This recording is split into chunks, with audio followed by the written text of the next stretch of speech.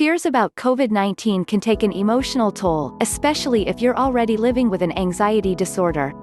But you're not powerless. These tips can help you get through this stressful time. 1. Understanding your anxiety. It's a frightening time. We're in the midst of a worldwide pandemic, with cities and even entire countries shutting down.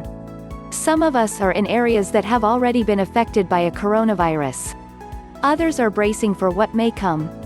And all of us are watching the headlines and wondering, what is going to happen next? For many people, the uncertainty surrounding coronavirus is the hardest thing to handle.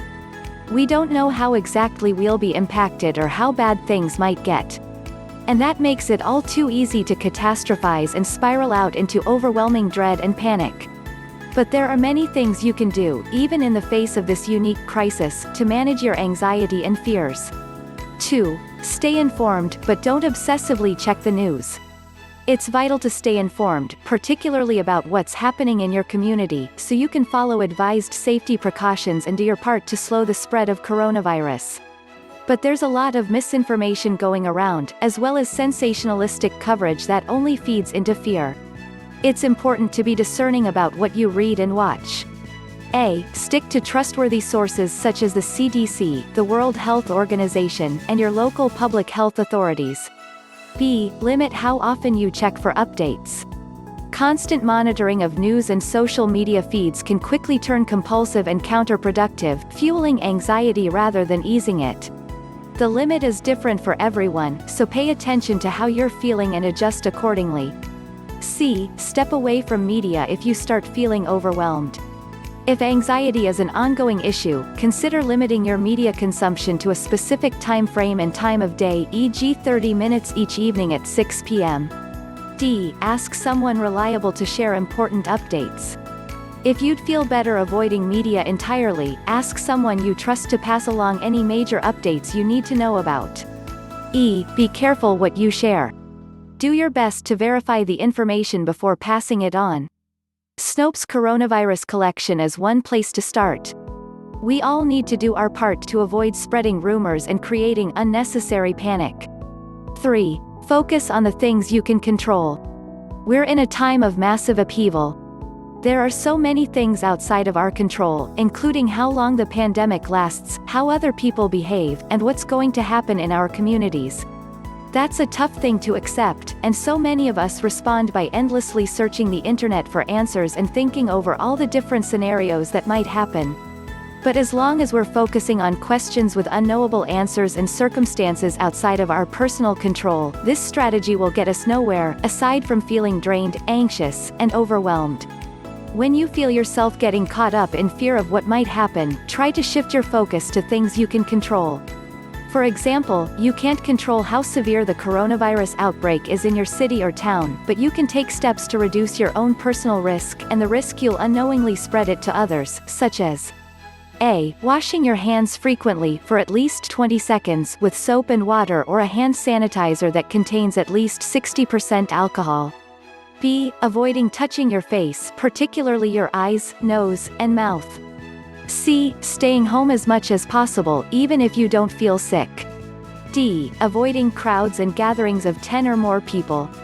E. Avoiding all non-essential shopping and travel.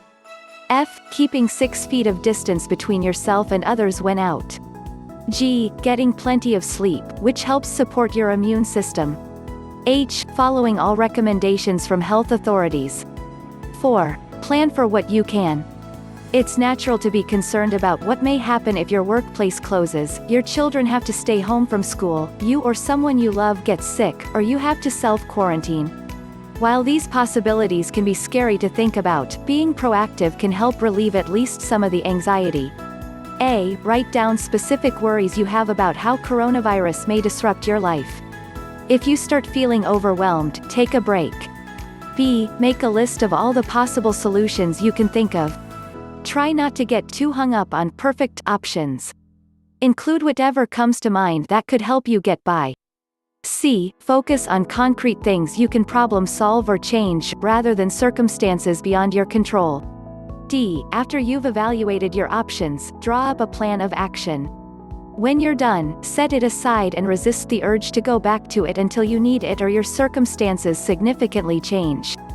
5. Stay connected, even when physically isolated.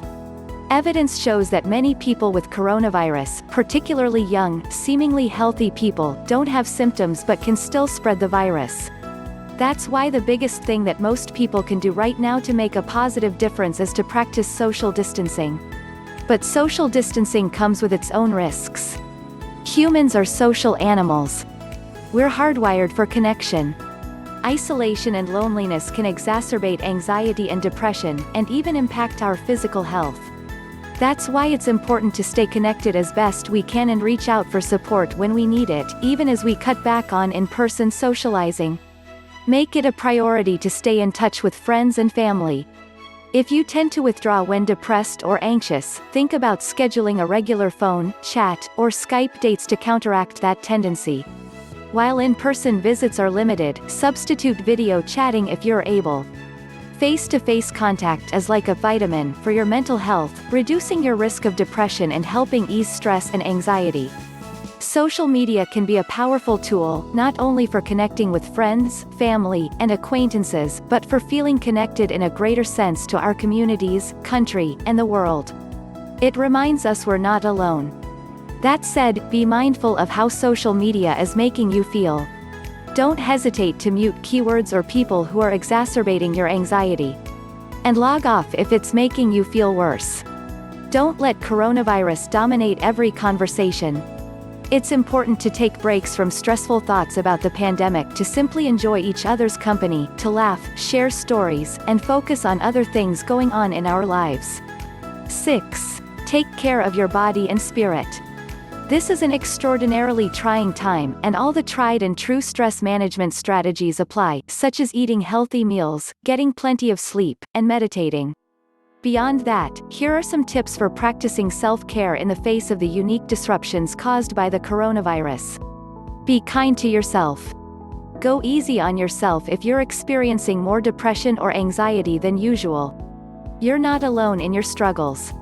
Maintain a routine as best as you can. Even if you're stuck at home, try to stick to your regular sleep, school, meal, or work schedule. This can help you maintain a sense of normalcy. Take time out for the activities you enjoy. Read a good book, watch a comedy, play a fun board or video game, make something, whether it's a new recipe, a craft, or a piece of art. It doesn't matter what you do, as long as it takes you out of your worries. Get out in nature, if possible. Sunshine and fresh air will do you good. Even a walk around your neighborhood can make you feel better. Just be sure to avoid crowds, keep your distance from people you encounter, and obey restrictions in your area. Find ways to exercise. Staying active will help you release anxiety, relieve stress, and manage your mood. While the gym and group classes are out, you can still cycle, hike, or walk. Or if you're stuck at home, look online for exercise videos you can follow. There are many things you can do even without equipment, such as yoga and exercises that use your own body weight. Avoid self-medicating. Be careful that you're not using alcohol or other substances to deal with anxiety or depression. If you tend to overdo it in the best of times, it may be a good idea to avoid for now. Take up a relaxation practice. When stressors throw your nervous system out of balance, relaxation techniques such as deep breathing, meditation, and yoga can bring you back into a state of equilibrium. The regular practice delivers the greatest benefits, so see if you can set aside even a little time every day. 7. Help others, it will make you feel better. At times like this, it's easy to get caught up in your own fears and concerns. But amid all the stories of people fighting over rolls of toilet paper or lining up outside gun stores to arm themselves, it's important to take a breath and remember that we're all in this together. As a quote circulating in Italy reminds us, we're standing far apart now so we can embrace each other later.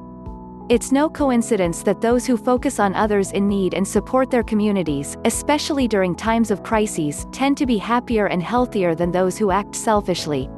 Helping others not only makes a difference to your community, and even to the wider world at this time, it can also support your own mental health and well-being. Much of the anguish accompanying this pandemic stems from feeling powerless. Doing kind and helpful acts for others can help you regain a sense of control over your life, as well as adding meaning and purpose. Even when you're self-isolating or maintaining social distance, there's still plenty you can do to help others. Follow guidelines for preventing the spread of the virus. Even if you're not in a high-risk group, staying at home, washing your hands frequently, and avoiding contact with others can help save the lives of the most vulnerable in your community and prevent overburdening the healthcare system. Reach out to others in need.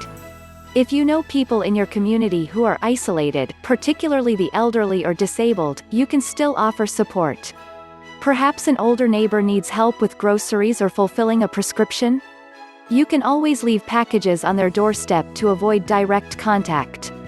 Or maybe they just need to hear a friendly, reassuring voice over the phone. Many local social media groups can help put you in touch with vulnerable people in your area.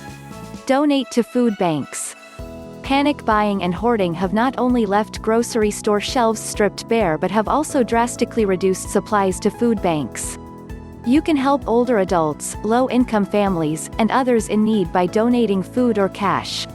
Be a calming influence. If friends or loved ones are panicking, try to help them gain some perspective on the situation. Instead of scaremongering or giving credence to false rumors, refer them to reputable news sources. Being a positive, uplifting influence in these anxious times can help you feel better about your own situation too. Be kind to others. An infectious disease is not connected to any racial or ethnic group, so speak up if you hear negative stereotypes that only promote prejudice. With the right outlook and intentions, we can all ensure that kindness and charity spread throughout our communities even faster than this virus.